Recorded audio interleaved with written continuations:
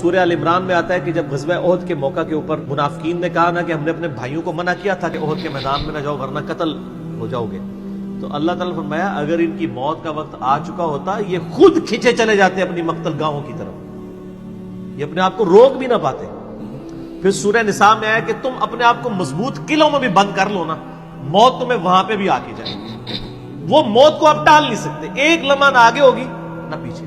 سورہ لقمان کے بالکل اینڈ میں آتا ہے نا کہ 5 علوم اللہ تعالیٰ کے ساتھ خاص ہیں، ان میں ایک ہے کہ کوئی جان نہیں جانتی کہ اس کو کس زمین میں موت آئے گی، ہاں اللہ تعالیٰ وحی کے ذریعے بتا دے۔ جیسے مسلم شریف میں حدیث ہے نبی صلی اللہ علیہ وآلہ وسلم نے غزوہ بدر سے ایک دن پہلے زمین پہ لکیریں کھینچ دی تھی بدر کے میدان میں، یہاں کل ابو جہل کی لاش ہوگی، یہاں عتبہ کی ہوگی، یہاں امیہ ابن خلف کی ہوگی۔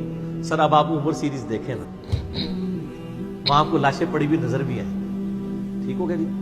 تو یہ آپ صلی اللہ علیہ وآلہ وسلم نے پہلے ڈیفائن کر دی تھی ساری چیزیں، تو یہ اللہ تعالیٰ نے آپ کو وحی کے ذریعے بتایا تھا، اللہ تعالیٰ بتا سکتا ہے اپنے پیغمبر کو، تو واقعی موت کا وقت مقرر ہے، وہ ٹل نہیں سکتا۔ لیکن اس پہ یہ بھی سوال ہوتا ہے کہ اگر کوئی شخص کسی کو قتل کر دے تو پھر اس کا کیا قصور ہے؟ وہ اللہ تعالیٰ کا ایک قانون ہے، اس نے مرنا تو تھا، اس میں کوئی شک نہیں ہے، لیکن دنیا میں اللہ تعالیٰ نے رولز اور ریگولیشن کے ساتھ دنیا کو جوڑا ہوا ہے۔ سورۃ البقرہ میں آیا کہ قصاص میں انسانیت کی زندگی ہے، سورۃ المائدہ میں آیا جس نے ایک جان کو ناحق قتل کیا اس نے پوری انسانیت کو قتل کیا، اور جس نے ایک شخص کی جان بچائی پوری انسانیت کی جان بچائی۔ لہٰذا یہ جو کوئی کسی کو قتل کرے گا تو قرآن میں ہے قصاص کے اندر انسانیت کی زندگی ہے۔ انسانیت 2 چیزوں پہ چل رہی ہے، احترام جان اور احترام مال۔ اگر یہ 2 چیزیں نکل جائیں تو معاشرہ نہیں چل سکتا۔